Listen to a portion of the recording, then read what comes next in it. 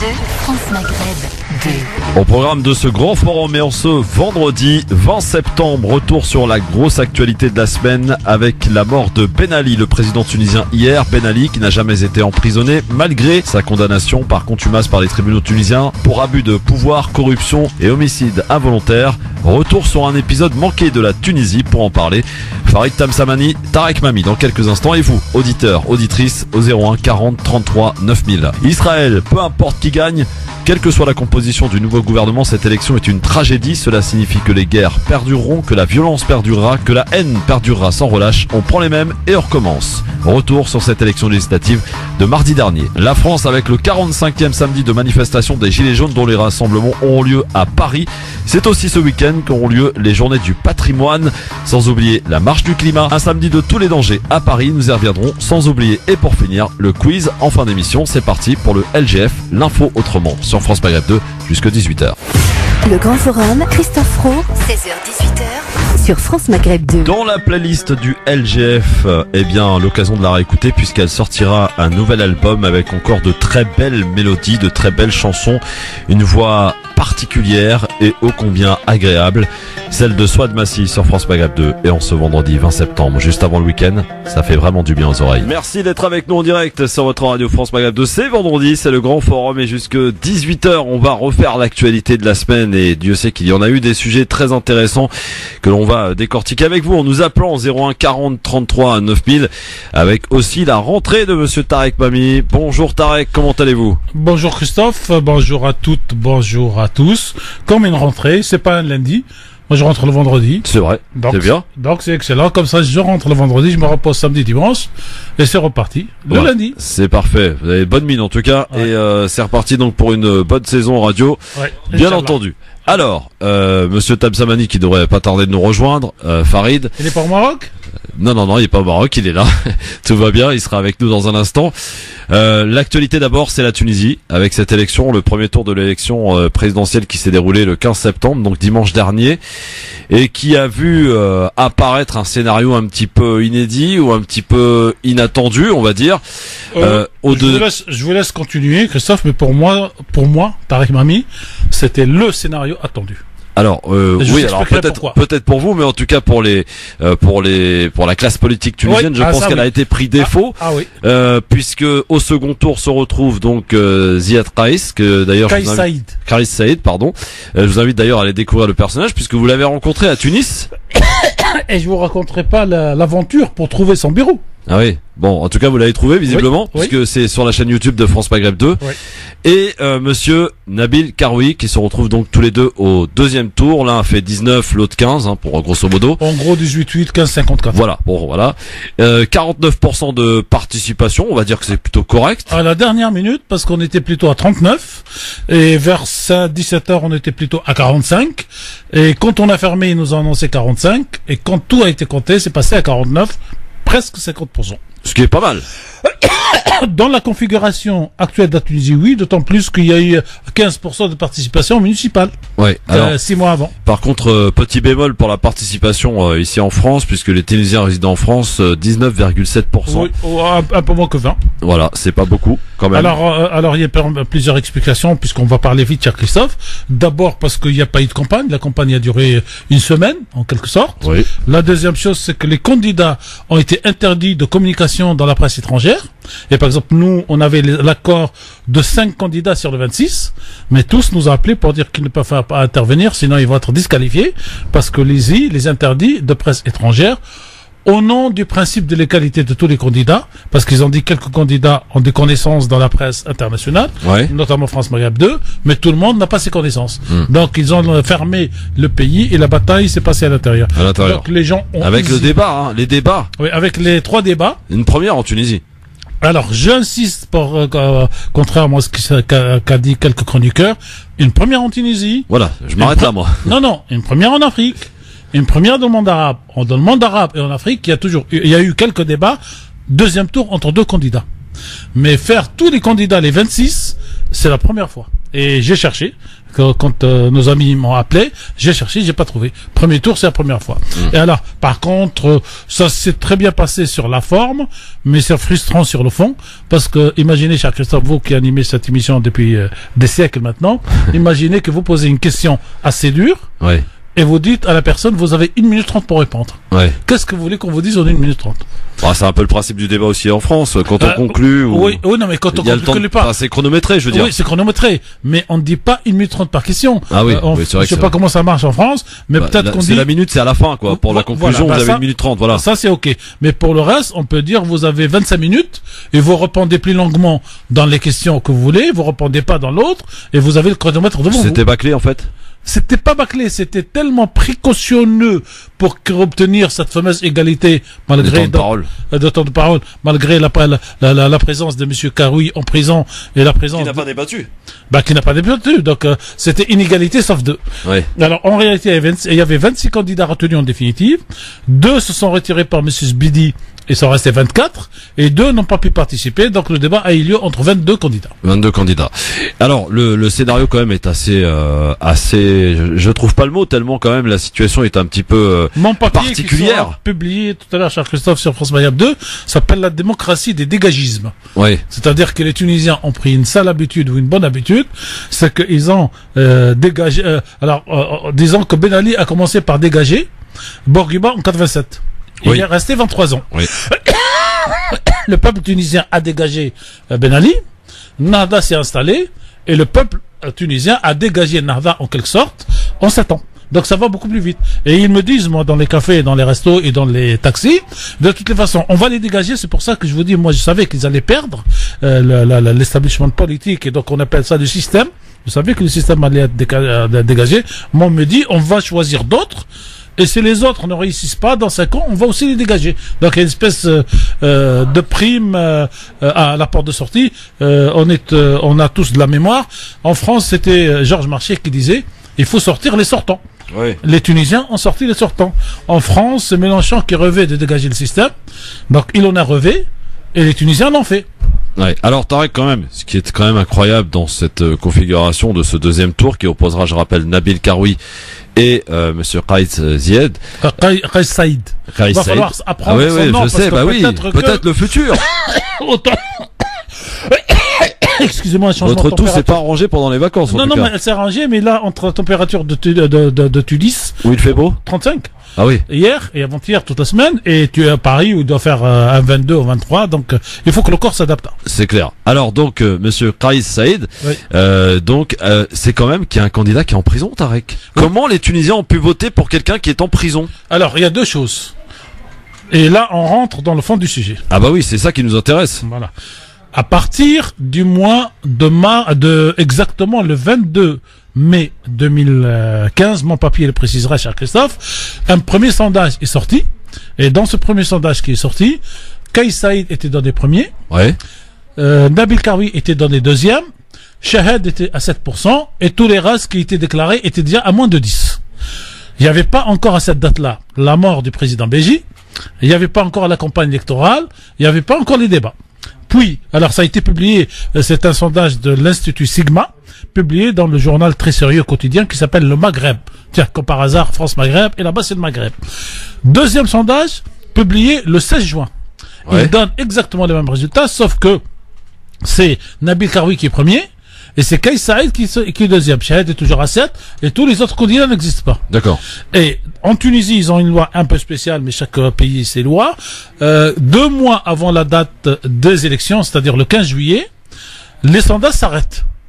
Mais ils continuent. Mais ça n'arrête pas pour les partis politiques qui commandent tous les jours et qui reçoivent tous les jours. Et moi, j'ai eu une dizaine, à part les collègues journalistes, les quelques hommes politiques que je connais, de 15 juillet jusqu'au samedi soir, veille de vote, tous les sondages donnaient Nabil Karoui devant et Kais derrière. Avec en gros 19 pour Karoui et 17 ou 16 pour... En fait, le scénario inverse, quoi. Oui. Non, mais sauf que ces deux-là ont toujours été. Oui, d'accord. Ce qui fait, comme moi, les hommes politiques me disent en Tunisie et une partie de la presse, c'est une surprise, je dis non, monsieur. il n'y a aucune surprise. On dirait que les Tunisiens ont arrêté leur choix en mai, donc le 5 mai 2019, et que la surprise, c'est que ce soit Qaïs devant Karoui et pas Karoui devant Qaïs. Et donc, c'est le papier que j'écris, qui sera publié tout à l'heure. Alors, sur le fait qu'ils soient en prison, Tarek, le fait que Nabil Karoui soit en prison et que les Tunisiens aient quand même voté pour quelqu'un qui est en prison, quelqu'un qui n'a pas débattu, quelqu'un, alors peut-être que j'exagère un peu, mais qui a fait aussi un peu partie du système puisqu'il était patron de l'Espace TV. Il a créé Nida Tunis. Et il avait, et alors très bien, moi dans mon papier j'ai écrit ça, Christophe, qu'en fait il y a un hors système pour de bon. Ouais, le seul c'est Qaïs Saïd. Et comment s'appelle Monsieur Karoui a participé au système, à la création du système. Oui. Il a participé à la création d'Nida Tunis, le parti. Voilà. Il a participé à faire élire le président de la République. Oui. Il a participé à faire donner au président de la République une majorité au Parlement. Oui. Et last not the least, comme disent les Américains. Et donc, en dernier point, et c'est pas le tout à fait dernier, qui n'est pas le moins important, c'est lui qui a participé, cher Christophe, à l'organisation de la réunion entre Béji Kaït Sebsi et Rachid Ranouchi à l'hôtel Bristol à Paris, ouais, en août 2013.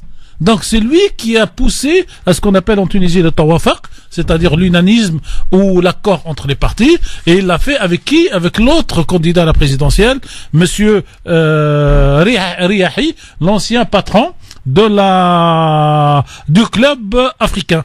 Et donc monsieur Karoui, j'allais dire, fait partie du système, a créé le système, mais les Tunisiens ont une phrase extraordinaire. Ouais. On dit c'est un homme qui a sauté à la mer quand il a vu que le bateau allait couler. Merci. Et ça, c'est repris par les gens, et c'est repris chez beaucoup de commentateurs. Monsieur Karoui est l'homme qui a su sauter du bateau au bon moment. Et, donc, suite au premier sondage de mai, et surtout au second sondage de juin, monsieur Ranouchi, dit la presse tunisienne, dit l'avocat de monsieur Karoui, et monsieur Chahed ont fait une alliance pour éjecter de la candidature monsieur Karoui. Et donc ils ont fait la fameuse loi de modification du code électoral pour qu'ils puissent pas participer. Mais cette loi devait être signée par le président Béji. Et pour des raisons obscures à ce jour qui n'ont toujours pas été expliquées, monsieur Béji n'a pas signé. Et donc monsieur Karoui a pu se présenter, Christophe. Et à partir du moment où il s'est présenté, la haute autorité donc qui s'occupe des élections, elle a dit c'est un candidat normal accepté. Ça, c'était en gros fin juin. Il n'était toujours pas en prison, on est d'accord. Voilà, il était toujours pas en prison. Autre péripétie, pour que les auditeurs aient une vision globale, c'est que le juge a convoqué, alors il y a une grosse association en Tunisie qui s'appelle Je suis éveillé, en fait qui est un peu Watch International, qui a déposé, Christophe, retenez la date, chers auditeurs, chères auditrices, une plainte en 2016 contre 26 personnes en Tunisie accusées de corruption. 26, pas une. Et donc début juillet, avant l'échec de la, avant l'échec de la loi, c'est-à-dire avant la non-signature par le président, ouais, il a été convoqué par un juge d'instruction, M. Karoui, à 2 ou 3 reprises. Et donc, il est entendu pendant 3, 4, 5 heures en espèce de garde à vue à la française, et il part. Et le juge d'instruction a décidé à 3 reprises de ne pas le mettre en prison en préventif. Et tout d'un coup, donc, il lance sa campagne une fois qu'il est reconnu comme candidat. Ils ont eu le malheur, ou lui il a eu la chance d'avoir été, de ne pas avoir été arrêté jusqu'à la date où il a déposé, cher Christophe, sa candidature qui a été validée. Parce que s'il l'avait arrêté 3 jours avant, il n'aurait pas pu déposer sa candidature. Bon, une fois qu'il a déposé sa candidature, elle a été avalisée, légalisée, et il part en province du côté de Béja pour faire donc un des premiers meetings. Et à la sortie de ce meeting, en revenant, il trouve que l'autoroute est vide, elle est bouclée. Et quand on arrive au péage, il y a une vingtaine, dit-on, une trentaine de policiers, 2 ont tenu tous les restes en civil, qui ont arrêté sa voiture, qui l'ont fait descendre, qui lui ont mis le menotte, et pour lui dire, vous êtes en état d'arrestation. Là, il demande donc le papier, le document, et lui dit, il n'y a pas de document, tu le verras en prison. Et ils ont bloqué, parce qu'il y avait un cortège de voitures avec lui, ils ont bloqué le cortège derrière et ils ont amené M. Karoui donc dans une voiture de police comme n'importe quel vulgaire assassin recherché. Et c'est quand il rentre en prison que le directeur de la prison lui montre le mandat d'arrêt. Alors, édité le matin même, en clair, édité à 11h, il a été arrêté à 13h. Voilà la justice tunisienne dans le cas de ce monsieur. À partir de ce moment-là, les gens ont commencé à dire, c'est extraordinaire, Christophe. Ils disent, il est mafiosi, il est peut-être mafiosi, il a peut-être traficoté, mais on n'arrête pas quelqu'un 15 jours avant le premier tour des présidentielles. Pourquoi ils l'ont pas arrêté? Qui avait intérêt à le faire? Chahed et Ranouchi, pour faire simple. C'est-à-dire qu'il était le candidat sérieux donné par tous les sondages premiers à l'époque, et donc ils se sont plantés alors. Ils se sont plantés complètement. Et le troisième était donc le candidat de Nahda Mourou. Oui. Donc en arrêtant lui, il pouvait pas toucher Kaïs parce que il n'a pas de casserole entre guillemets ou de soupçon de casserole, et donc il y aurait eu Kaïs et Nahda. Oui. Et là, ils se sont plantés. Et quand il est rentré, beaucoup de gens, je vous dis, on votait pas pour Karoui, mais on n'aime pas l'injustice. Cette expression, je l'ai écoutée plusieurs fois. Et on va voter pour lui, pour emmerder Chahed et pour dégager Chahed. Ça, c'est le point de vue sociologique. Sociologique, chauffeur de taxi, restaurant et café. D'accord. Donc, en fait, on a voté Karoui pour justement montrer son mécontentement et de dire, on n'aime pas la le justice. Traitement qui lui a été fait. Voilà. On aime ou qu'on n'aime pas le personnage. Voilà, c'est ça. Et alors, et en fait, après, j'ai rencontré plein de ce que j'appelle moi les électeurs de Nahda de 2011, que me disaient, nous, on a voté en 2011 pour Nahda parce qu'ils étaient dans la même situation que Karoui aujourd'hui. Ils avaient été emprisonnés par Ben Ali, et ils étaient injustement en prison, donc on a voté pour eux, pour leur donner une chance et pour les réhabiliter socialement. Donc si je vous suis, Tarek, ce que je fais depuis tout à l'heure, si je comprends bien la logique sociologique qui devrait se produire au deuxième tour de cette élection, les Tunisiens vont dire oui, ok, on a voté au premier tour pour le mettre au deuxième tour, monsieur Karoui. Maintenant, on va être sérieux. Monsieur Kais Saïed a un vrai boulevard devant lui. Alors, il y a les deux possibilités derrière. Trois hypothèses. Je fais vite parce que il y a tellement de choses à dire sur cette situation.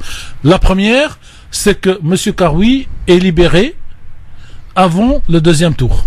Pour l'heure, on rappelle, il est toujours incarcéré. Voilà. Il y a eu de nombreuses demandes de libération qui ont toutes été rejetées. Elles ont été rejetées sans être étudiées. La Cour de cassation, qui est le tribunal le plus haut dans tout le pays du monde, donc en France comme en Tunisie, s'est déclarée tout simplement incompétente. Oui. Alors quand dans un pays, vous avez la plus haute juridiction, le plus haut tribunal qui vous dit incompétent, qui reste qui compétent? Quelqu'un m'a dit hier, il m'a dit, monsieur Mami, ils ont trouvé le juge pour le mettre en prison, mais ils n'arrivent pas à trouver un juge pour le libérer. Ouais. Voilà, non mais c'est quand même incroyable ce qui se passe quand même. Tout à fait. Alors, ce juge-là qu'il a écouté 3 fois ou 2 fois en juillet ne l'a pas mis en prison, mais par contre lui a retiré son passeport, interdit de voyager et bloqué ses comptes bancaires. Ouais. Que fait monsieur Karoui comme tous les citoyens du monde? Il fait appel de la décision du juge. Bien sûr. Bon. Il se trouve que quand il a fait appel, la date a été fixée pour étudier son dossier le 23 août. Donc le 23 août, lui, il n'a pas besoin d'aller puisque c'est son avocat et puis c'est la chambre d'accusation qui se réunit. Alors il y a un principe en droit universel en France, en Tunisie et partout dans le monde. J'ai oublié comment ça se dit en latin, mais je peux vous le redire tout à l'heure. Il y a un principe qui dit personne n'encourt une sanction supérieure de ce qu'il a eu en cas d'appel. Ouais. C'est-à-dire que quand monsieur Karoui a été quand le dossier est arrivé, monsieur Karoui il dit enlevez-moi mon interdiction de voyage et libérez mes comptes. Donc la cour d'appel dans la section donc chambre d'accusation, comme ici on a suivi un peu le dossier de monsieur Tarek Ramadan, vous vous rappelez, qui rejette à chaque fois sa libération. Oui. Elle dit je n'enlève pas l'interdiction de voyage, je n'enlève pas le blocage des comptes, jusque là c'est normal. Mais j'y rajoute une arrestation immédiate. Et là, d'un point de vue juridique, tous les avocats, tous les juristes tunisiens disent on ne comprend pas, ça ne peut être qu'une pression politique. Et hier, l'avocat de M. Karoui a sorti à la télévision sur France 24, mais une phrase terrible. Il dit, je vous dis, moi qui suis avocat, qu'en fait, l'arrestation et le mandat ont été faits par deux parties. Par M. Chahed et Nahda. Aujourd'hui, M. Chahed est par terre. Donc, normalement. 7%, il va dire, j'ai levé la main, c'est pas moi. Et s'il n'est pas sorti aujourd'hui, c'est que l'autre parti, Nahda, ne veut pas le libérer. Pourquoi? Parce que dans les sondages, le parti de M. Karoui criait fin juin est donné gagnant des législatives, comme il a été donné gagnant, en tout cas pour passer au deuxième tour à la présidentielle. Et Nahda refait la même faute que la première fois. Elle pense qu'en gardant M. Karoui en prison, son parti ne va pas remporter beaucoup de sièges à l'Assemblée. Or, moi, des chauffeurs de taxi m'ont encore dit, on hésite entre Kaïs et Karoui, mais si Karoui est en prison, on votera Karoui pour renvoyer un deuxième message au Nahda que toi tu dégages et que tu laisses les Tunisiens décider. Voilà un petit peu. Bon, alors on va essayer de démêler tout ça parce que c'est vrai que c'est une situation que vous nous avez expliquée et très intéressante. Alors je terminerai par le droit. Oui. Un juge après la pub. Oui. Voilà. Après on reviendra dans le détail. Un juge d'instruction décide de ne pas mettre M. Karoui en prison. La chambre d'accusation augmente la peine et le met en prison. La Cour de cassation dit je suis pas compétente, je sais pas quoi faire. Elle renvoie le dossier au petit juge. Moi je l'appelle le petit juge premier étage. Le petit juge hier a décidé et il a dit la phrase suivante: moi je n'ai pas donné de mandat de dépôt, donc je ne peux pas l'enlever, c'est pas mon problème. Allez revoir la chambre d'accusation qui a mis le dépôt et maintenant le dossier est remonté devant la chambre d'accusation qui est devant un cas extraordinaire. Elle assume où elle se couche. Monsieur Tamsamani, bonjour. Bonjour. Comment ça va? Très bien, désolé pour ce retard. Je vais sanctionner au bout d'un moment. Bah, ils ont Tu peux. Ils ont fait un nouvel agenda des gagnants, là. Il n'y a pas que les quiz, il y a le gagnant quiz. Ouais, il y a les gagnants des horaires. Vous faites bien de le dire. Et celui des horaires est supérieur à celui des Je suis quiz. très souvent en retard, je m'en excuse. Bon, allez, il y a la pub. Heureusement, vous allez pouvoir souffler. Merci. Et dans un instant, vous allez pouvoir, tu vas pouvoir nous donner ton avis aussi sur cette situation un petit peu inédite quand même, des élections tunisiennes avec ce deuxième tour, pardon, dont on connaît toujours pas la date d'ailleurs. Hein. Alors, ça c'est après la pub. Voilà, en c'est fait, ça. La date Vous sera la connaissez fixée ou pas? après la pub. Oui, je la connais. Ah bah très bien. Alors restez bien avec nous et pour évidemment nous appeler si vous avez besoin d'informations supplémentaires ou d'explications supplémentaires, profitez de nos deux experts au standard ici au 01 40 33 9000. À tout de suite. Merci d'être avec nous en direct sur France Maghreb 2. C'est le grand forum avec Farid Tamsamani, Tarek Mami qui sont là tous les deux. Et en ce vendredi, tout rime, c'est parfait. On est bien installés confortablement pour refaire et décortiquer l'actualité. Une actualité qu'on vous expliquera pas de cette manière-là ailleurs. Ça, soyez-en sûrs. On a pris le temps avec Tarek Mami de vous expliquer ce qui s'est réellement déroulé et ce pourquoi Nabil Karoui a été placé en prison et surtout ce pourquoi il y reste encore. Alors je vous posais la question Tarek Mami juste avant la pause. Est-ce qu'on a une idée, est-ce qu'on connaît la date du deuxième tour de cette élection présidentielle qui opposera, je le rappelle, monsieur Kais Saïed qui est arrivé en tête du premier tour à monsieur Nabil Karoui qui lui est en prison? Vous savez Christophe, j'ai été normand dans une autre vie. Oui. Donc la réponse c'est oui et c'est non. Alors la réponse c'est oui parce que la Tunisie aujourd'hui est tenue par un calendrier de recours au tribunal administratif.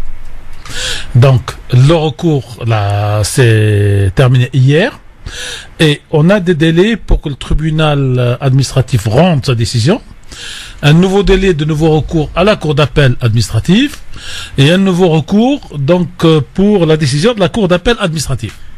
Donc si ça marche très vite, si le tribunal ne prend pas les 3 jours ou les 4 jours pour rendre le lendemain, on pourrait se retrouver avec une élection le même jour, législative et présidentielle, à savoir le 6 octobre, parce que les législatives sont fixées, ne bougent pas. Si par contre, il y a beaucoup de recours, et on me dit qu'il y en a eu 2 sur les 24, et que le tribunal n'a pas les moyens parce que par ailleurs il est en grève parce qu'il demande il demande les moyens financiers pour tourner et il demande surtout que l'État exécute la totalité des décisions du tribunal administratif déjà produites depuis 3 ans qui ne sont pas exécutées par l'État donc par la police. Donc si ça traîne, ça sera pour le 13 octobre. Donc il y aurait un dimanche pour les législatives et le dimanche suivant pour les présidentielles deuxième tour. Et le résultat, à mon sens, ne seront pas les mêmes si l'élection a le même jour. En tout cas, elles ne peuvent pas être prévisibles. Si l'élection est le même jour, c'est difficile de prévoir qui gagne la présidentielle. Par contre, si l'élection présidentielle est une semaine après la législative et que Karoui sort premier des législatives, vous connaissez la règle. La victoire va au gagnant. Et il aurait 2 raisons de gagner la présidentielle. Le fait d'être en prison et le fait d'avoir la majorité au Parlement. Et les Tunisiens diront... Ah oui, donc tout reste à faire en fait. Tout reste à faire. Tout est possible. Tout est possible. Farid, tu vois de quel œil tout ce qui s'est passé en Tunisie là, avec ce deuxième tour qui est offert aux Tunisiens, avec ces 2 candidats que beaucoup d'observateurs n'attendaient pas, que les Tunisiens, en l'occurrence eux, ne sont pas surpris. La classe politique ont été surpris. Les sondages d'ailleurs, comme l'a rappelé Tarek Mami tout à l'heure, donnaient ces 2 personnages arrivés en tête du premier tour de l'élection présidentielle, donc pas de surprise de ce côté-là. Elle les donne gagnants depuis mai 2019 systématiquement. Alors vous avez un candidat qui est effectivement un candidat hors système, qui est candidat indépendant, qui pour le coup d'ailleurs, s'il est élu président, devra de toute façon et de facto cohabiter. Donc ça quand même occasionnerait quelques difficultés pour gouverner. Et vous avez un autre candidat qui lui fait partie du système, il s'appelle Nabil Karoui, qui lui est en prison, visiblement et d'après ce qu'on en a compris de notre analyse, à la demande de 2 partis en particulier, de 2 personnes, donc Narda et Chahed. Farid, quelle est ton analyse? Moi, je veux d'abord rappeler, sous couvert du spécialiste sur le plateau, en tout cas de la politique, en tout cas du système politique tunisien après révolution, c'est que on est en Tunisie essentiellement de plus en plus vers un système parlementaire et non pas du tout présidentiel. Là, le hasard du calendrier, c'est que l'ancien président personnel est décédé et donc du coup, il a fallu, selon la Constitution, organiser une présidentielle, mais techniquement, la présidentielle devait arriver après les législatives. Le président de la République en Tunisie a essentiellement, encore une fois, sous réserve, essentiellement un rôle honorifique. En vérité, il gouverne très peu. Ça veut pas dire qu'il n'a pas d'influence, mais il gouverne. Il a quand même 2 compétences. Oui. La politique étrangère, qui est énorme. Qui est beaucoup. Voilà. Et ce qu'on appelle en Tunisie la sécurité nationale. Bon. Mais le reste, non. Il peut pas mettre sa main dans la marmite quotidienne. Voilà. Donc ça veut dire quoi? Ça veut dire que la véritable élection, c'est la législative. Ça, c'est clair. Ça, c'est celle-ci. Oui. Maintenant, moi, j'ai beaucoup d'estime et d'admiration pour le peuple tunisien. On n'attendait pas une révolution en Tunisie, dans tous les pays du monde arabo-musulman. C'est en Tunisie qu'elle a eu lieu et avec brio. Donc voilà. On n'attendait pas finalement un apprentissage, c'est un peu prétentieux ce que je dis là, mais un apprentissage de la démocratie aussi rapidement. Finalement, ils le font plutôt bien. Donc moi je pense que le peuple tunisien mérite largement d'être applaudi dans son ensemble, parce que effectivement, ils vivent aujourd'hui l'apprentissage d'une démocratie et qui est un modèle à mon avis pour l'ensemble du monde arabe et qui vient bien au-delà à mon avis du Maghreb et de la Méditerranée. Maintenant, la situation c'est quoi? C'est qu'il y a eu à un moment donné une immixtion du politique dans le judiciaire. D'ailleurs, on n'arrive pas à s'en dépatouiller. On a un chef d'entreprise politique emprisonné. Le calendrier a été très mal tenu en vérité. Oui, on l'a bien compris dans l'analyse de Tarek. Ils ont commis une erreur terrible. Complètement. Et comme le hasard faisant bien les choses, ou en tout cas Dieu faisant bien les choses, on a quasiment au même moment, c'est-à-dire en pleine élection, en pleine campagne, le décès de l'ancien président, l'ancien dictateur, appelez ça comme vous voulez, en Arabie Saoudite. Donc tout ça, c'était des clins d'œil assez intéressants à gérer. Je ne sais pas comment les Tunisiens vivent le décès de l'ancien président Ben Ali, mais en tout cas, moi je trouve ça c'est très intéressant. Et je suis désolé, il n'y a pas de comparaison possible, mais on est obligé quand même de la faire avec le voisin libyen et le voisin algérien. On n'est pas dans les mêmes situations. Bien sûr, ce sont 2 contextes complètement différents. Mais en tout cas, moi, j'ai beaucoup d'estime et je dis bravo au peuple tunisien. Tarek Mami, justement, la transition est toute trouvée. Merci Farid. On a appris effectivement la disparition, la mort de Zine Abdine Ben Ali. D'ailleurs, les rumeurs avaient fuité déjà depuis un moment, mais bon, il n'était pas mort visiblement, mais malade, ça c'est sûr. En Arabie Saoudite. Ça a été confirmé sur notre antenne dans cette émission hier par l'avocat de Zine Abdine Ben Ali, ici à la radio. Mais comment est accueillie justement cette disparition, sachant que j'ai posé la question à l'avocat en lui disant mais est-ce qu'on peut envisager à ce qu'il soit enterré, inhumé en Tunisie, quoi, chez lui, dans son pays? Il nous a répondu que non, que la volonté, quand il était vivant, c'est d'être enterré à la Mecque. C'était sa volonté.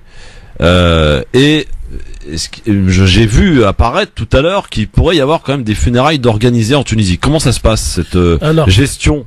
Ça c'est le peuple tunisien, comme disait tout à l'heure Farid. Je vais rebondir ce qu'a dit Farid. Moi, ce qui m'a surpris en étant en Tunisie et en rentrant, en Tunisie, c'est les cafés, c'est les taxis, c'est les petits restaurants populaires, j'allais dire où le repas est 3 dinars, 1 euro, où je rentre, je papote, j'écoute et après je provoque et machin. Et ce qui m'a vraiment surpris, c'est que les Tunisiens ont eu Bourguiba pendant 30 ans, 59, 87, 57, qu'ils ont eu Ben Ali 23 ans, mais avec des régimes durs. Dur, oui, bien sûr. Et que les Tunisiens qui ont dégagé Ben Ali... Totalitaire plus que dictateur. Oui, autoritaire. Oui, autoritaire plutôt que dictateur. Et la vraie dictature... Non, la dictature, c'est pas ça la définition, on en a parlé beaucoup de fois. Oui, voilà.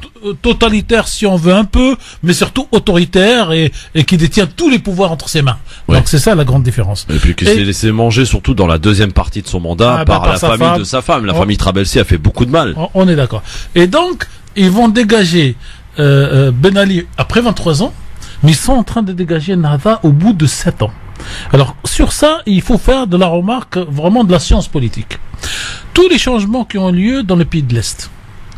La démocratie s'est installée, en gros, dans un espace de temps entre 15 et 25 ans. En clair, 5 élections, 7 élections, une nouvelle génération qui arrive, l'ancien qui disparaît, on prend cette habitude de.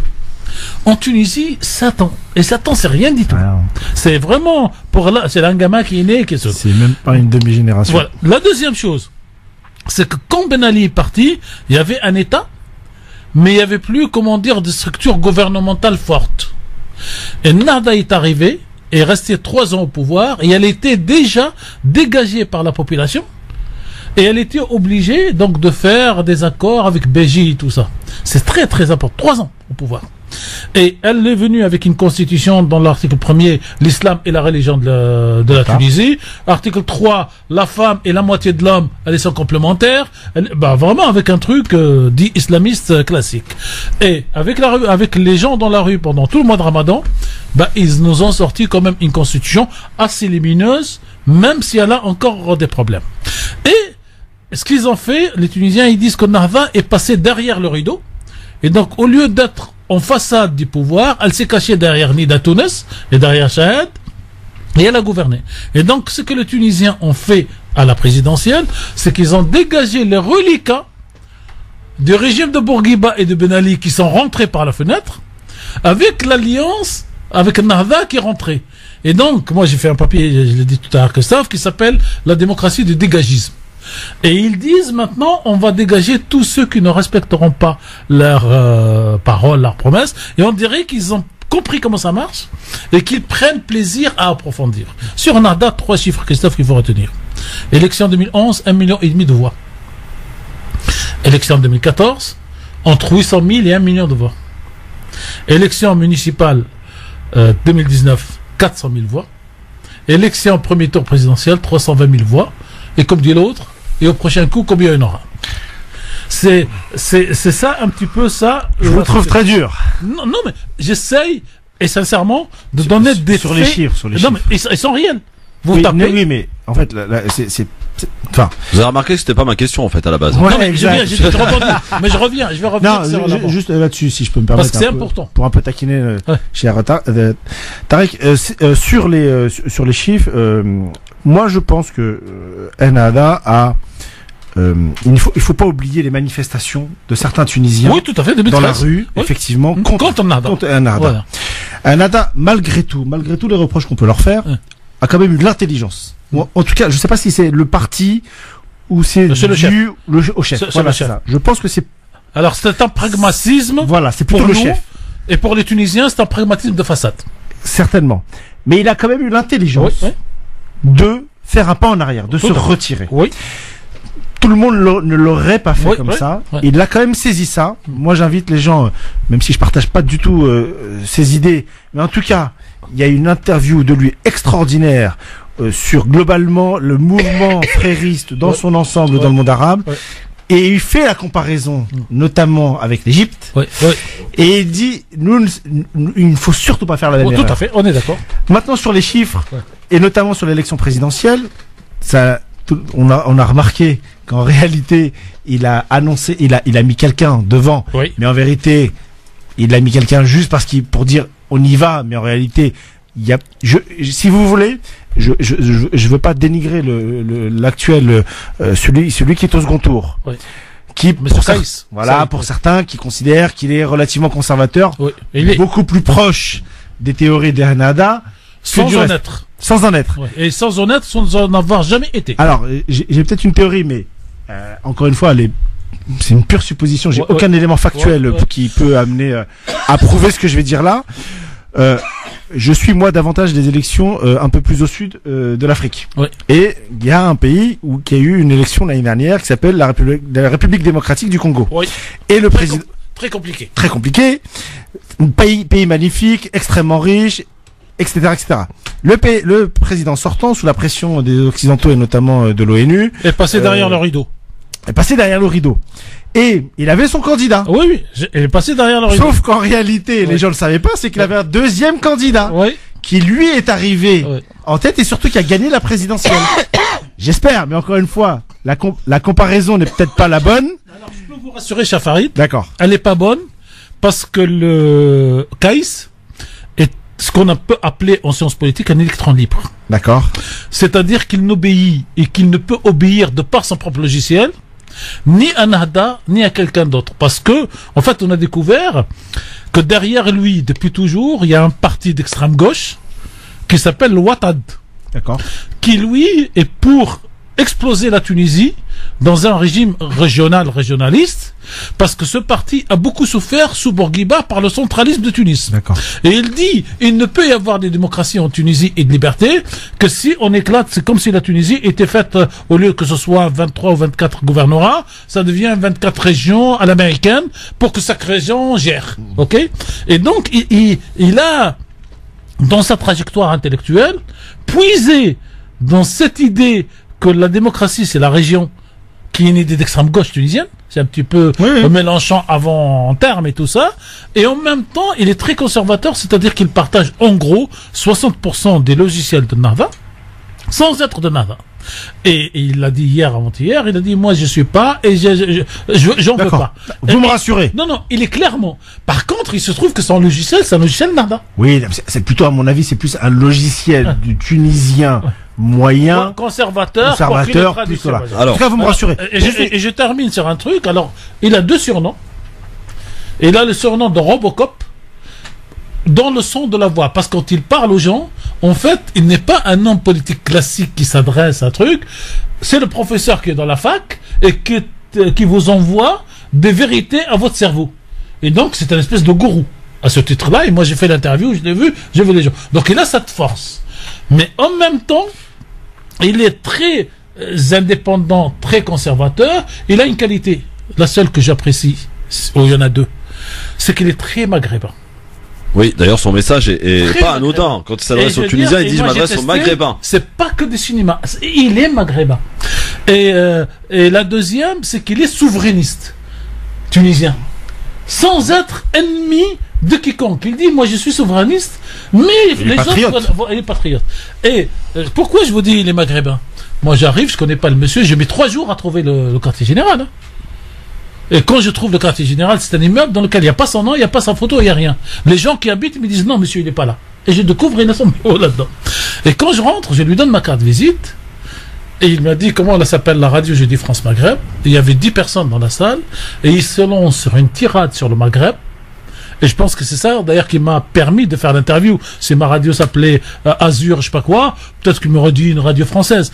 Et il leur dit voilà tout ce que je vous ai toujours dit. Le Maghreb se construira hors des pays du Maghreb. Parce que là où vous allez, non mais en tout cas c'est son discours. Bien sûr. Là où vous allez vous trouver les Maghrébins, ils sont entre eux et ils veulent le Maghreb. Et dès que vous arrivez là, les difficultés politiques font que. Donc il a cette vision-là. Alors on va accueillir Manji qui est avec nous et qui souhaite vous saluer, hein, tous les deux, je pense, et peut-être nous apporter son avis. Bonjour Manji. Bonjour, bonjour Tarek, bonjour l'ami, je n'aurais pas retenu son nom. Alors, Farid. Bonjour. Farid, voilà. Alors je vais livrer à partir des mêmes éléments de langage de Tarek une autre lecture.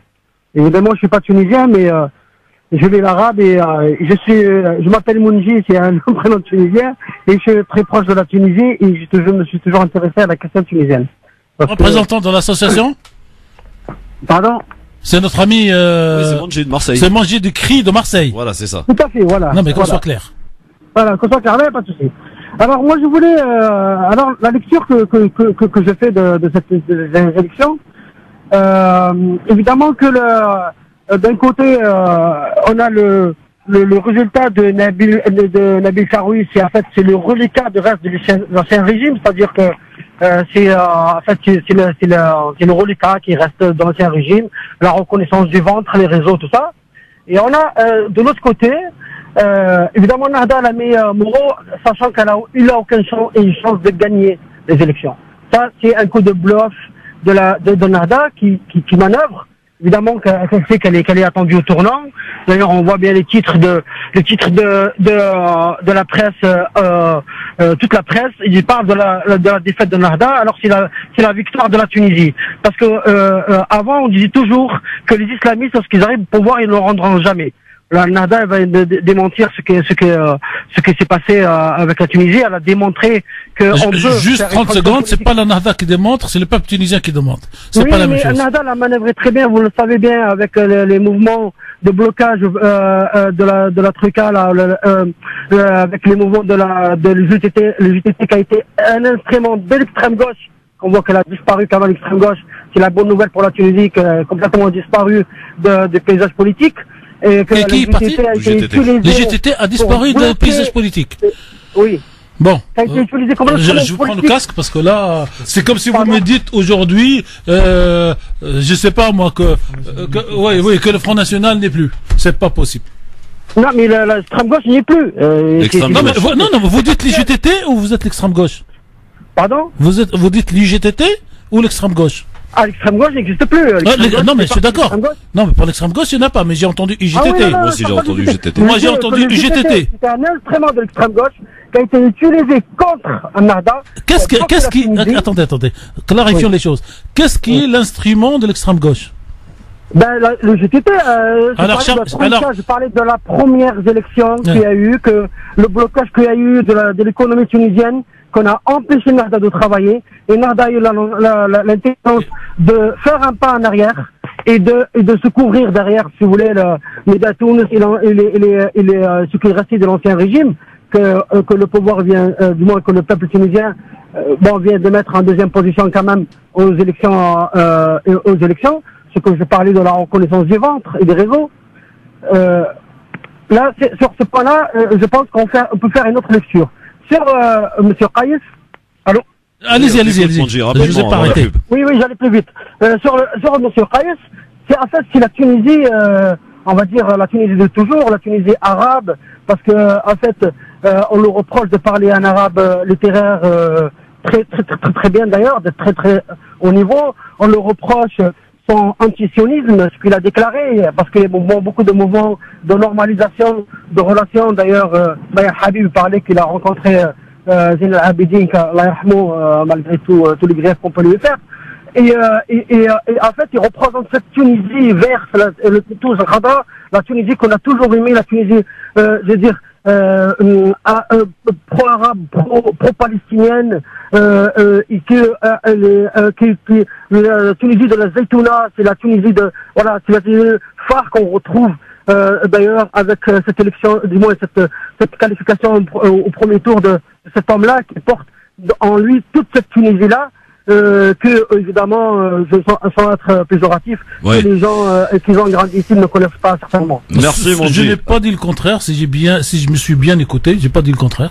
Non, mais et c'est intéressant ce qu'il dit Monji sur la dernière partie, surtout sur la vision, dire de la politique étrangère qu'a Monsieur Raïs Saïd. C'est quand même un changement radical. Non. Non. Ah bah, il veut pas de normalisation avec Israël. Oui. Qu'est-ce que j'ai vu d'autre qui m'a surpris?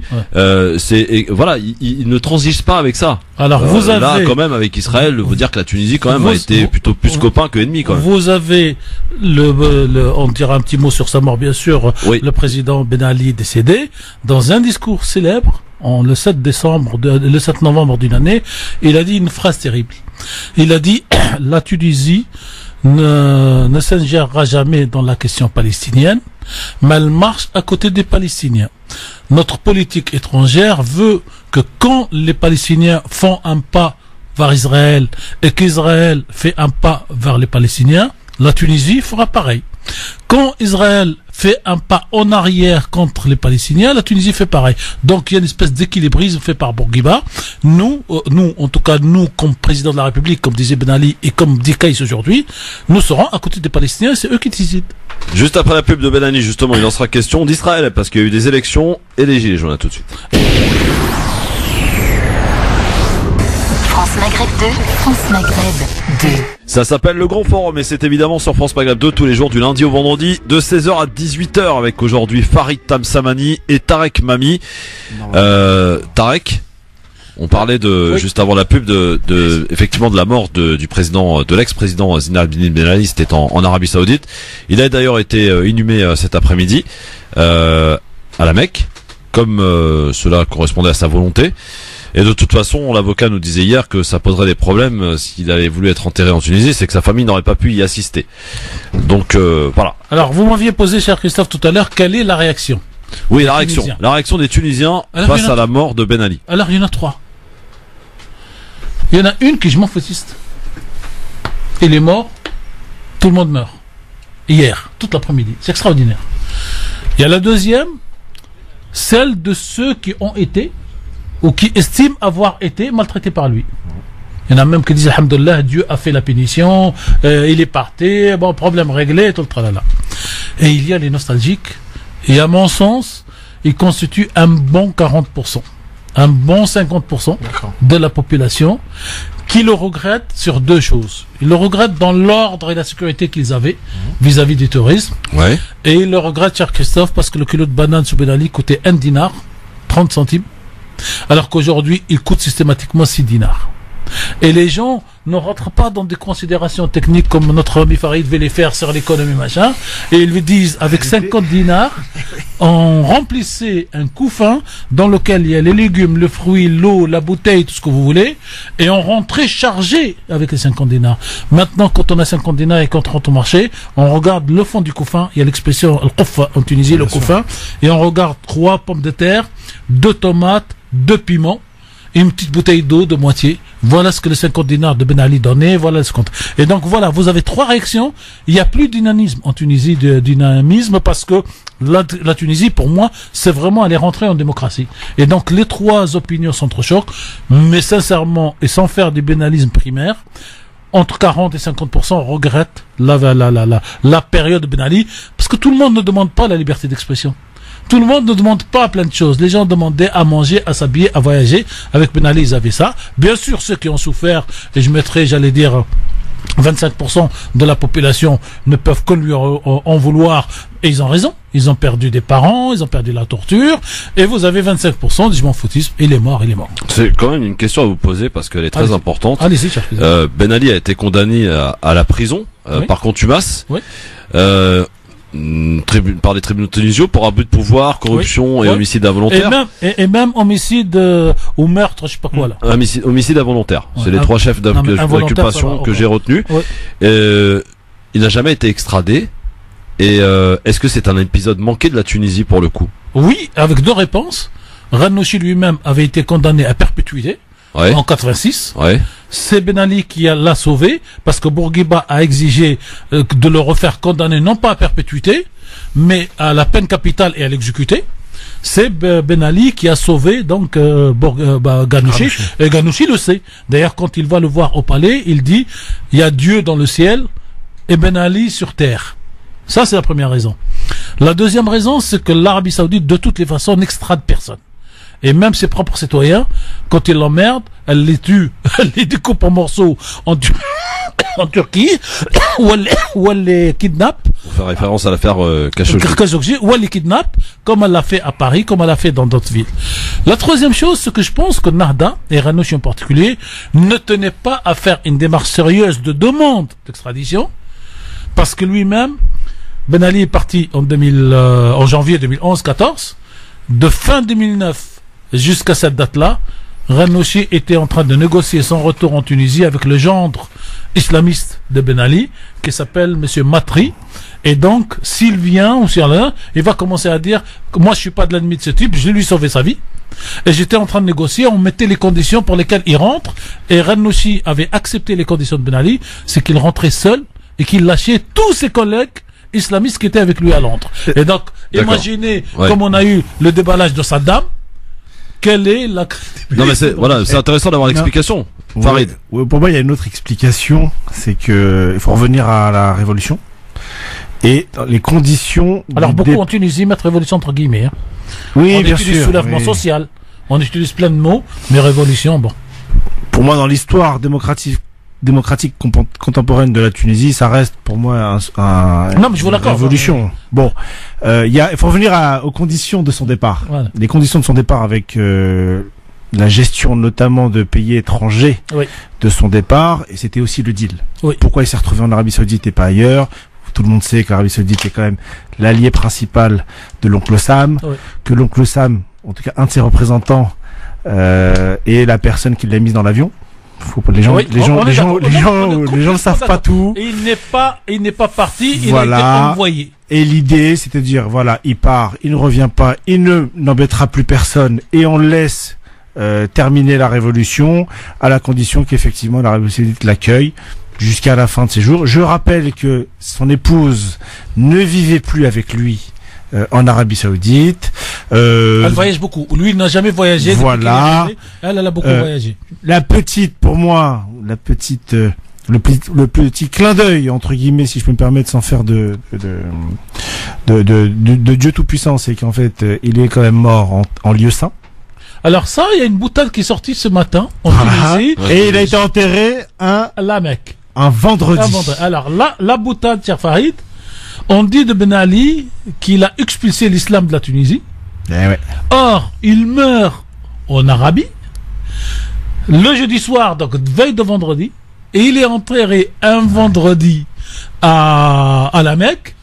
Qui est contre machin? Est-ce que Dieu ne décide pas là-haut qu'il lui ait déjà pardonné? Pour moi, Et je rajoute, alors la boutade de Tarek Mami, c'est que dans 5 siècles, c'est-à-dire très loin de nous, des Tunisiens diront, nous avons un président qui est enterré ou qui a été enterré à la Mecque. A été enterré, parce qu'il faut savoir, c'est, voilà, comme vous le savez, largement, si un jour on leur c'est qu'on n'a pas de cimetière. Non mais, qu'il a été.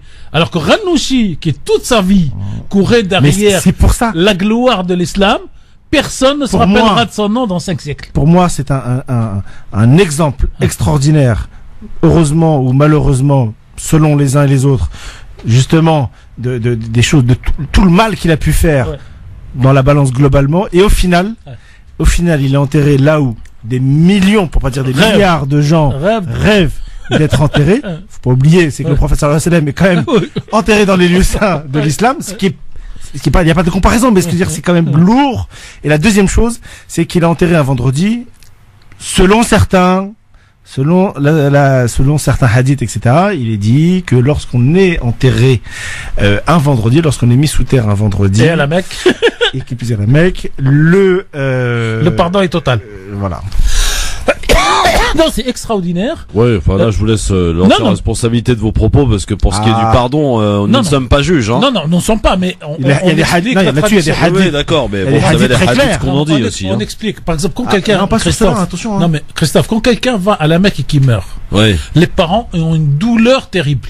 Et en contrepartie, il perd tout de suite la douleur. C'est un bonheur. C'est un bonheur pour lui d'avoir mort. Donc ça, c'est la tradition, c'est pas de la politique.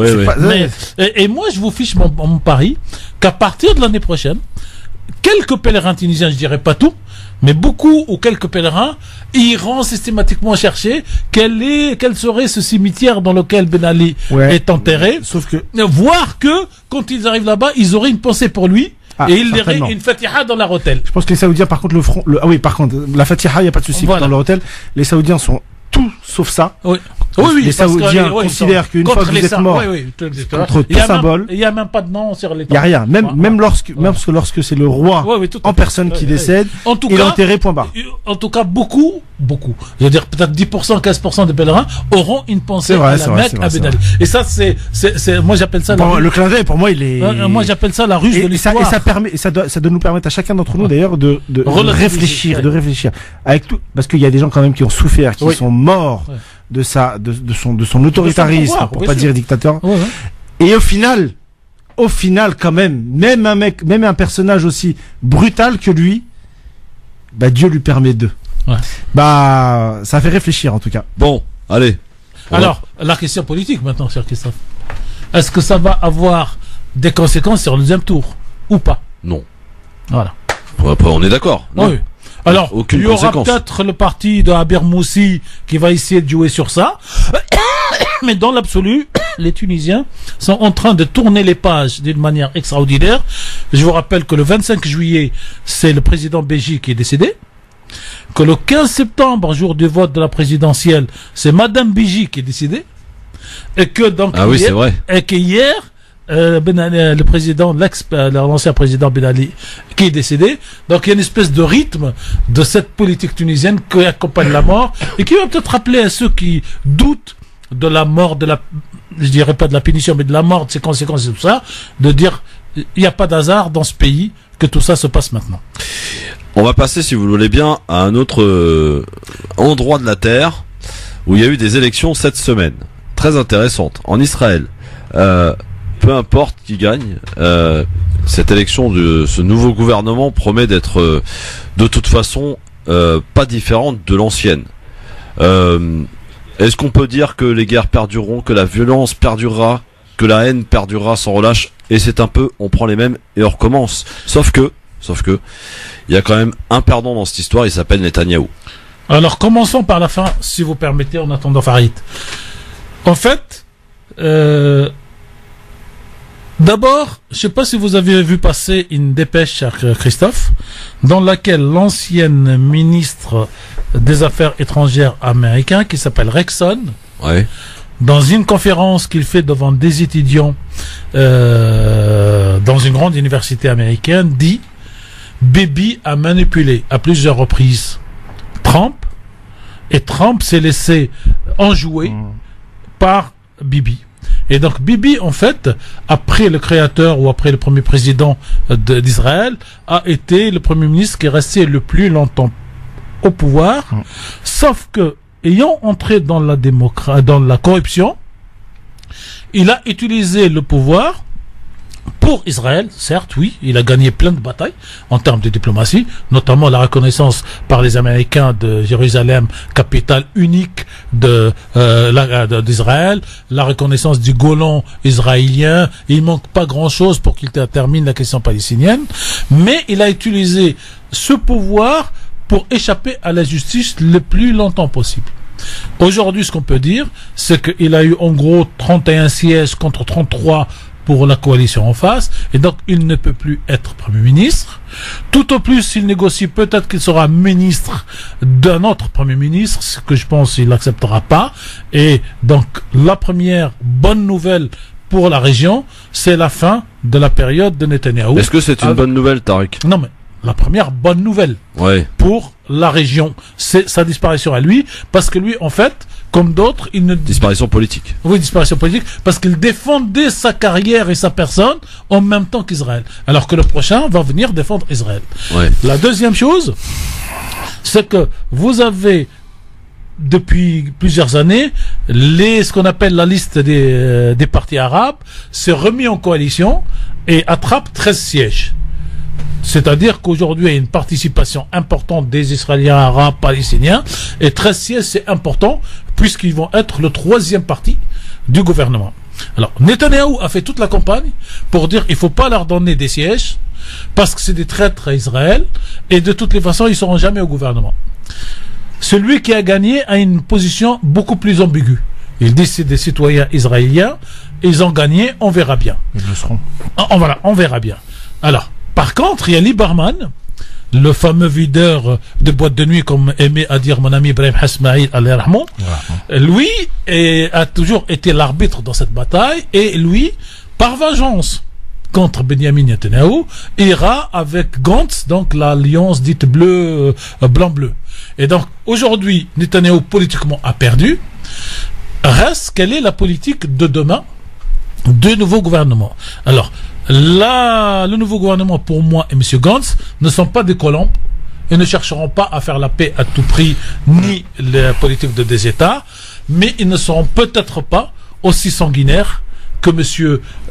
Netanyahou, et qu'ils seront dans une phase d'attente, et ils enverront quelques messages pour voir comment Mahmoud Abbas va réagir, comment le Hamas va réagir, comment ce parti qui va rentrer au gouvernement, parce que vous savez, Christophe, si les Palestiniens arabes rentrent dans le gouvernement, peut-être qu'on leur cachera quelques volets de la politique étrangère et de la sécurité militaire, mais pour le reste, ils seront au cœur du système.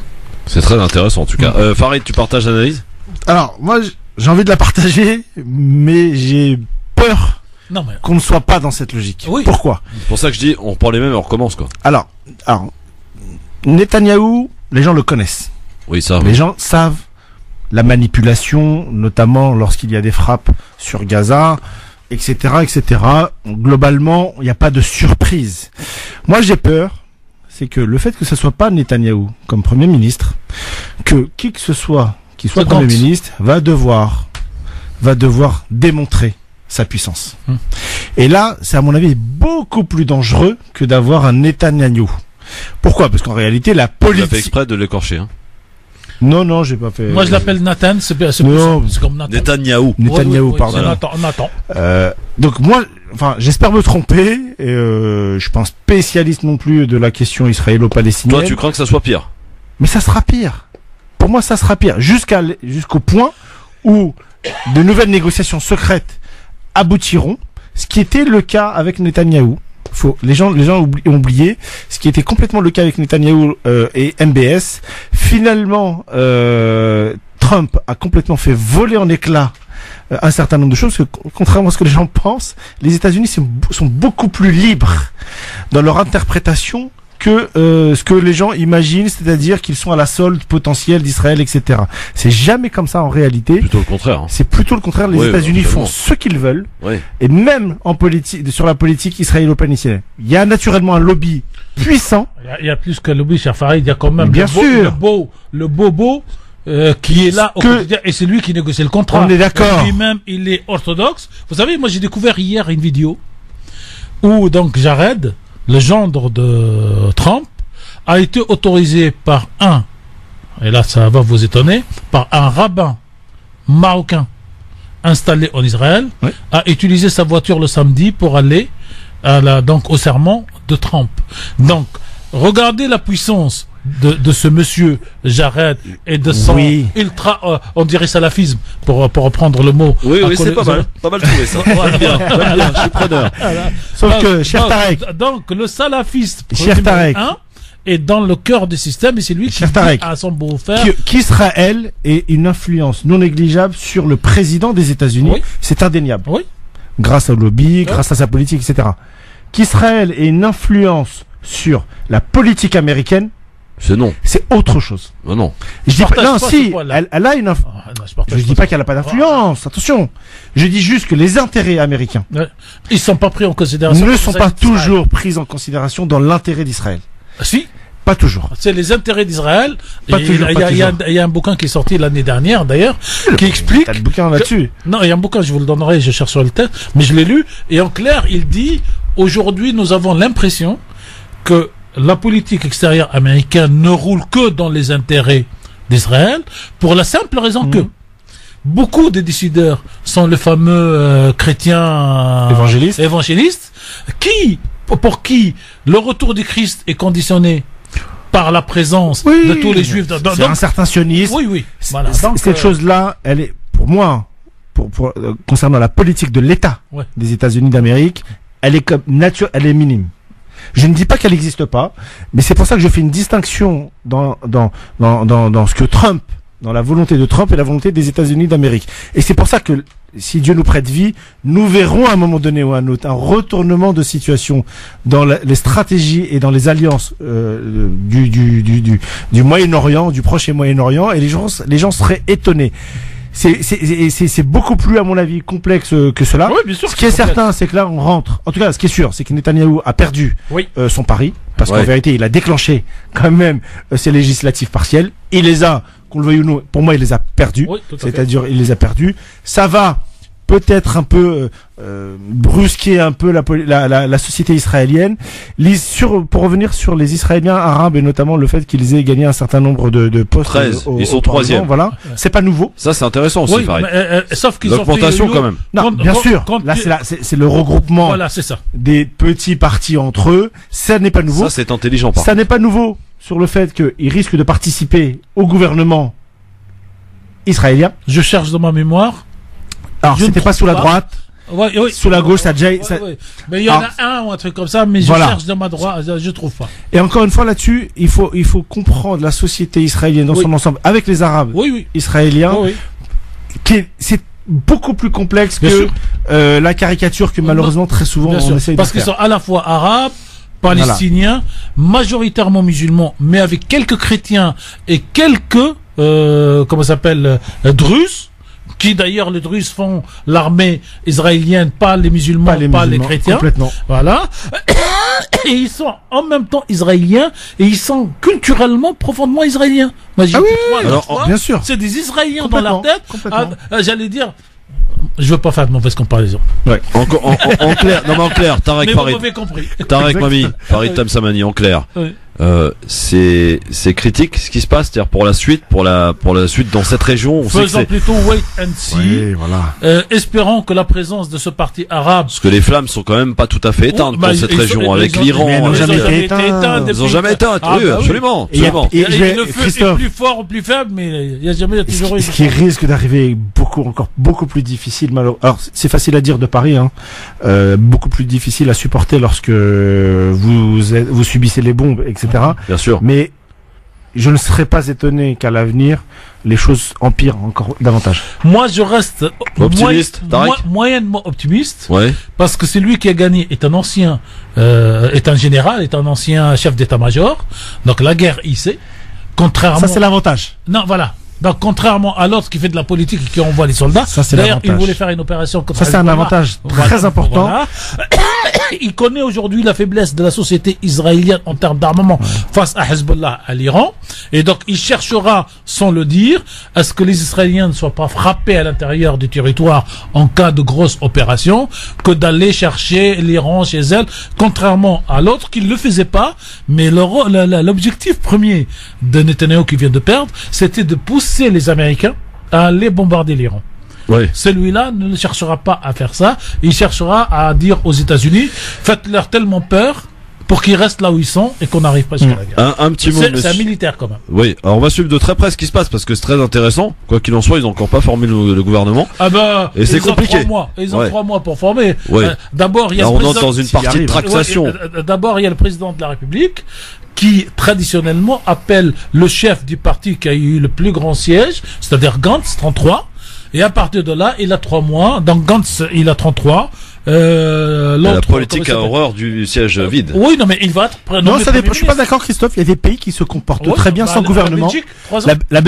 Mais là, ils sont de nouveau sans gouvernement. Et l'Espagne, c'est une catastrophe en Espagne. Là, ils ont un gouvernement, mais pas tout à fait. Non, mais ils vont revoter encore les législatives pour la 5e fois, je crois. Christophe, aujourd'hui, nous avons un premier ministre qui s'appelle Netanyahou. Oui. Demain, quand le président appelle Gantz, Netanyahou n'est plus Premier ministre, et c'est Gantz qui prend le titre de Premier ministre et qui gère les affaires courantes en attendant de construire un gouvernement. Un petit mot, monsieur, sur ce qui est redouté par les renseignements français demain, c'est ce 45e samedi des Gilets jaunes en plein Paris, puisque vous savez que chaque semaine, ils désignent une capitale pour rassembler tout le monde. Demain, c'est Paris. Il y a des appels notamment des Black Blocs à venir casser les bâtiments parce que ça coordonne avec les journées du patrimoine qui auront lieu tout ce week-end et d'ailleurs qui obtiennent un immense succès. Quelques ministères seront fermés parce qu'ils se situent sur un parcours de manifestation et que ça pourrait évidemment occasionner quelques problèmes de sécurité. Par contre, l'Elysée reste ouvert. Alors par contre, il paraît que ça se fait sur invitation. Hein, tout ça, il faut aller s'inscrire sur le site et compagnie. Est-ce qu'il faut le redouter? En un mot rapide, parce qu'on n'a pas le temps. Ce 45e samedi des Gilets jaunes. Farid? Bon, pour moi, les Gilets jaunes... Ils sont encore là quand même. Hein. Oui, enfin, le noyau dur, moins guillemets, qu'il y a un an. D'accord. La réalité, c'est que là, ils essayent de pousser parce qu'ils veulent célébrer les 1 an du mouvement, ce qui peut se comprendre. Ça date là, en novembre. Ça avait commencé en novembre. Ça va être du symbolique. Pour moi, les Gilets jaunes ont loupé le coche, politiquement en tout cas parlant, à une époque. Je pense qu'aujourd'hui, les Français ne savent même pas qu'il y a encore un mouvement des Gilets jaunes. La vérité, c'est celle-ci. Ça n'empêche pas que, en fait, les vrais sujets qu'ils avaient soulevés sont toujours d'actualité, et notamment avec la hausse du pétrole. Tarek, on est d'accord ou pas? Oui? Non? Rapide? Alors, quand vous avez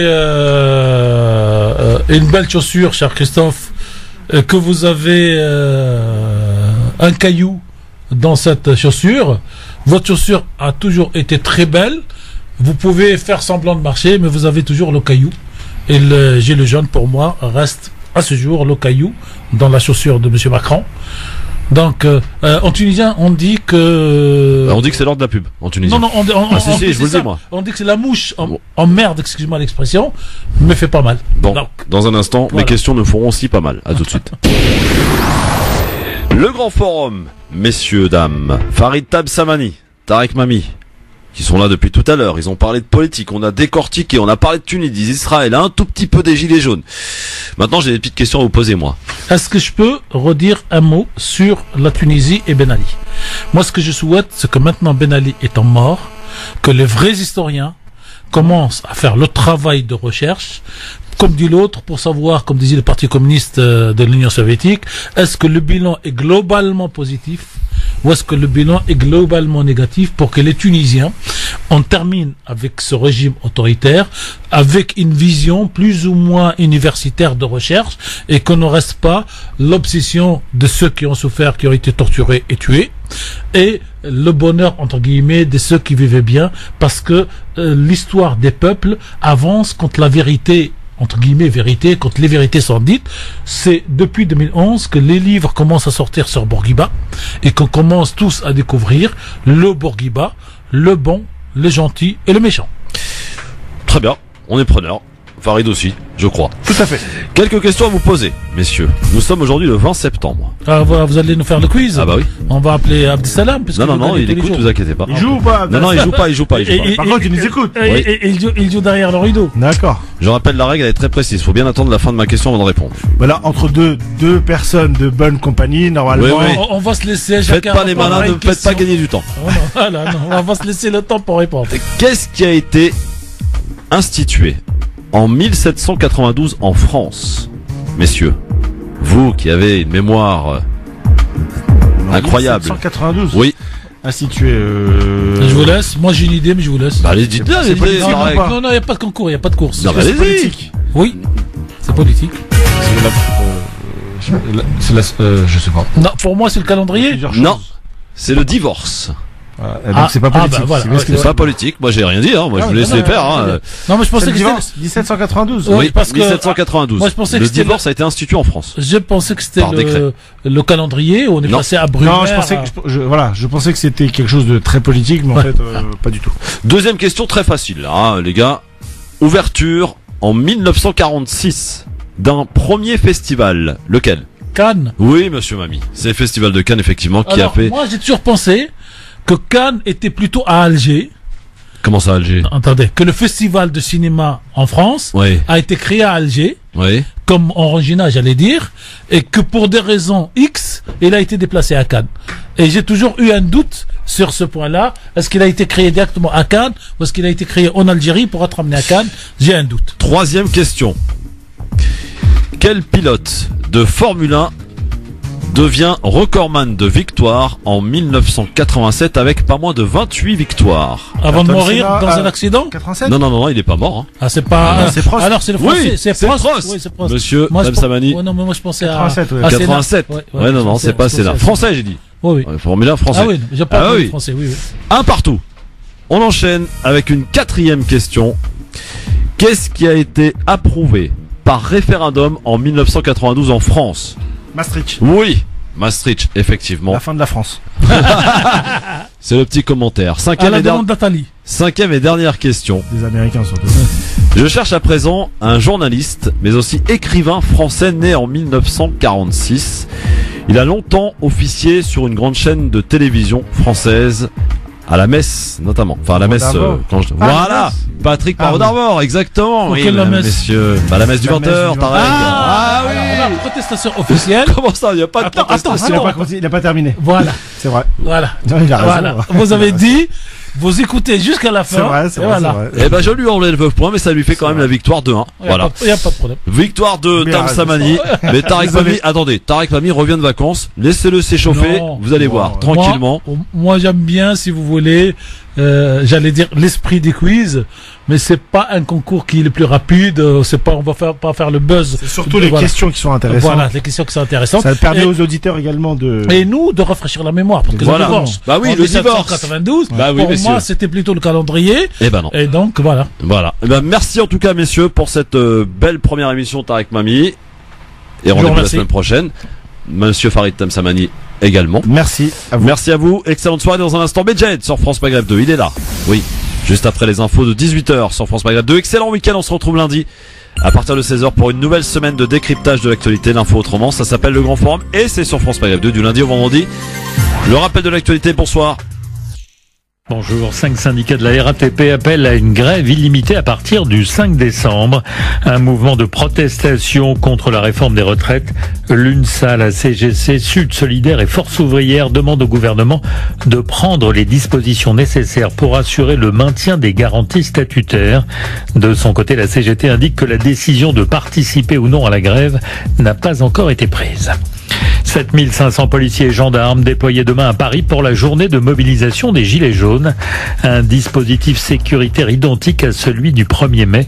Le préfet de police de Paris explique avoir quelques inquiétudes sur la présence d'éléments violents. Le périmètre des Champs-Élysées sera interdit aux manifestants. Tous souks pour ça, réaction de Jean-Luc Mélenchon après les réquisitions contre lui dans le procès de Bobigny. 3 mois avec sursis et 8 000 € d'amende. Les avocats de la défense vont maintenant plaider la relaxe pour les 6 prévenus. Le jugement sera mis en délibéré. L'Allemagne annonce la mobilisation de 100 milliards d'euros pour le climat d'ici à 2030. Annonce faite le jour de la mobilisation des lycéens pour le climat. Ils étaient des dizaines de milliers à Berlin devant la porte de Brandebourg. En France, des rassemblements sont en cours, notamment à Paris, Bordeaux, Rennes, Lyon, Nantes et Toulouse. Le Japon remporte le premier match de la Coupe du Monde de rugby. Le pays organisateur a battu la Russie à Tokyo 30-10.